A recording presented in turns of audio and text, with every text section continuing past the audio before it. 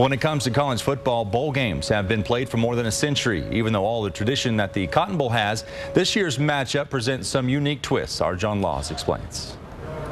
For the second year in a row, the Cotton Bowl represents arguably the third or fourth best matchup of any bowl game. It just doesn't carry that BCS Bowl label. And speaking of labels, Texas A&M, now a member of the SEC, but all the Sooners see is a former Big 12 rival.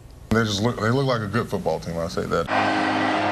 A good football team that took the SEC elitists by surprise in 2012, winning 6 of their 8 conference games. Texas A&M's style of spread offense reflects that of their former league, which the Sooners like to think shows how defense in the Big 12 isn't as bad as the numbers suggest. Defensively, sometimes we need to play better. I don't disagree with that, but again, they're having a hard time over in the SEC dealing with their offense too. And you can say, well, they didn't win the championship. Well, they beat the team that did. It's a catch! It's a touchdown! So if the Aggies are perceived as an inadvertent ambassador for the quality of play from the Big 12, then conference pride won't be as big of a motivator. Johnny Manziel. But beating the reigning Heisman Trophy winner will. We got to sit around here for a month and watch ESPN, and all they talk about is, Johnny football. Or we just sit around and we get tired of watching it.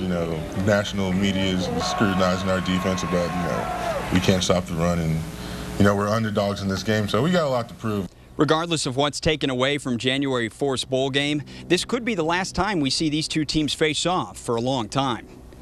Like we said last year. In Norman with the Sooners, John Laws, Tulsa's Channel 8 Sports.